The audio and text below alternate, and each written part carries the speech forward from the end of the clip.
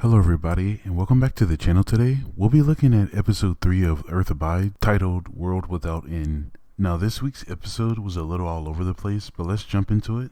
We start the episode off in year 6 now, and I did have a good feeling that we would jump ahead again, but it does make me wonder how far in the future this show is going to go. But first we see Ish, and it looks like he has just collected some fresh harvest, and he runs into a mountain lion while checking out those sweet Fiji apples. But as he's about to end its suffering, he spots a girl, and then she starts to run away from him. But Ish chases her, and he tries to calm her down, but the girl looks terrified, like she had been surviving on her own for a while. So Ish says that he has food, and he will wait in his truck if she wants some. But as he gets back to his truck, we see that the mountain lion is no longer there, which is a little terrifying. I would have shouted to hurry up, like to the girl, because there is a mountain lion, on the loose. I mean, he could have said anything to get her to come towards him or something. I don't know. It's a little bit worrying, but he sits in the truck and for a little while, and he waits, and she does eventually show back up, and he throws her a apple, and then she gets in the bed of the truck. And when they arrive back home, we see that they have another child now, and Emma is also pregnant again with another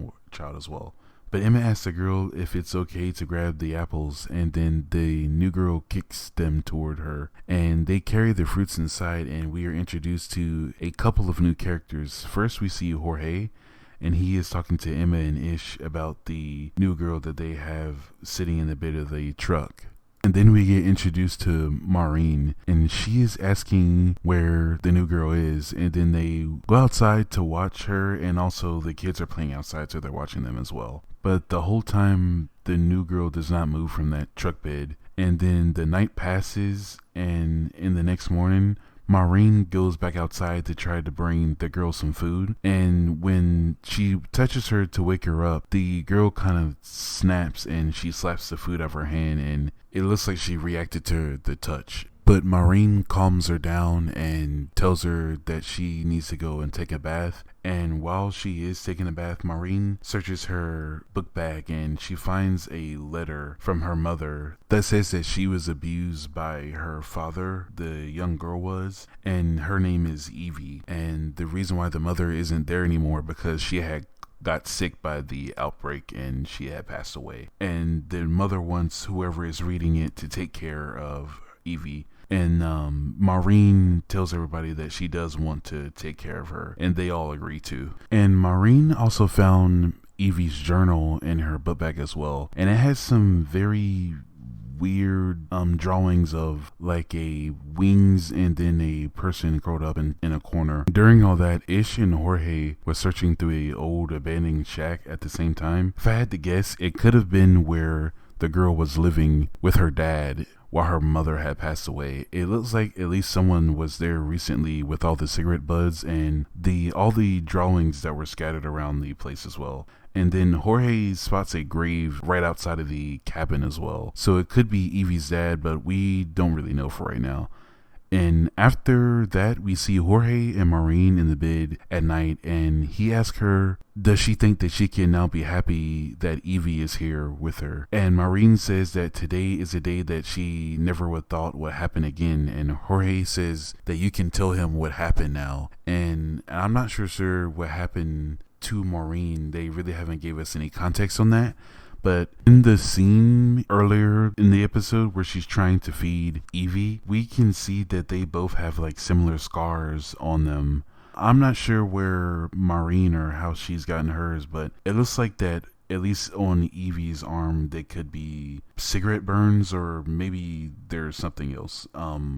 I'm thinking that Maureen was abused as well by someone in her past, and when she saw Evie, that it brought up all those bad memories again that she probably had locked away. In the next scene, Emma has a baby boy, and they name him Joey. And after that, it looks like the next day we see someone has triggered their alarm system. It was the day of Joey's birthday. And we see all the kids get rushed inside with Maureen, and Ish and Emma and Jorge all go check to see who it is.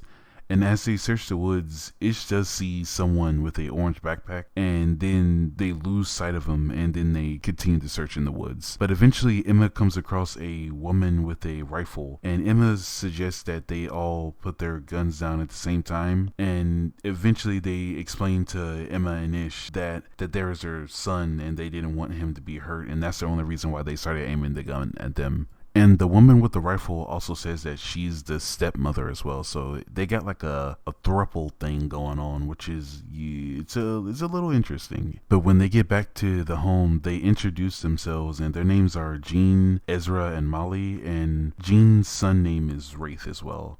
And Maureen recognizes that Jean was a singer that she had seen on TV. And Ezra explains that how they know each other is when he was working as a club owner. She used to perform there in her early years. And Molly explains that she is a doctor as well. And they talk about how the reason why they left Oregon from where they were from is because everyone in their town or their neighborhood had all passed away from some flu, and they were the only ones that didn't catch it or were immune to it. So they started to walk all the way from Oregon down to here. But Emma suggests that they sleep in the house beside them, and they all sleep together in the same bed, all three of them, Emma and Jean and Ezra. And in the next scene, we see that Ish is a little bit worried about having them stay because he thinks that they might be trying to harm or steal things from them. And Emma tries to calm him down and tell him that they need people around and stuff like that. But the next day, they all split up to look for food and supplies, and they see a buffalo in the road, and Ish tells everybody to walk around him, and his name is Roger, and he won't hurt anybody. And I thought that was pretty cool that Ish has been, seeing this buffalo and taking care of it for all that time. But we see that Ish and Ezra are now in a food mart, and we learn that Ish's full name is Isherwood, which is it's a pretty unique name. And also Ezra says that his parents gave him like a pretty heavy hand with that name. But we then see Jean searching in the liquor store, and she finds a bottle of tequila, looks like, and stashes it. And then Era spots a acoustic guitar and hands it to Jean, and they hug it out. We then see Molly is searching through the hospital, and a random German shepherd comes out of the room and starts to growl at her. So she picks up a fire extinguisher and screams at the dog while spraying him down. Then the dog runs away, and she is able to get to the medicine that is inside the locked closet that she finds. And they all return to the center of town, and Ish is a little upset because he's waiting for Molly, trying to figure out where she went off to. And eventually she comes over and with a big satchel of goods, and she explains that the hospital always keeps 2 locked rooms, one for a backup just in case if a junkie or someone like that tries to break into one of the rooms. And Ish tells her they have a system that they can't break and stuff like that. And then he asks her, did she at least find a couple of bottles of medicine? And she tells him that she finds like 200 bottles. So that's a pretty good score for them. We then get a cover of What a Wonderful World by Jean. She breaks in that new guitar, and after that we see Jorge and Maureen again. And at night, Jorge talks about how when he lived in a rural village, and he said that they had crazy illuminated people that made the town feel surreal. And he says that he thinks that Evie is experiencing that the same way that he did when he was young as well. And that looks like it made Maureen very happy. And then they do what grown folks do, if you know what I mean.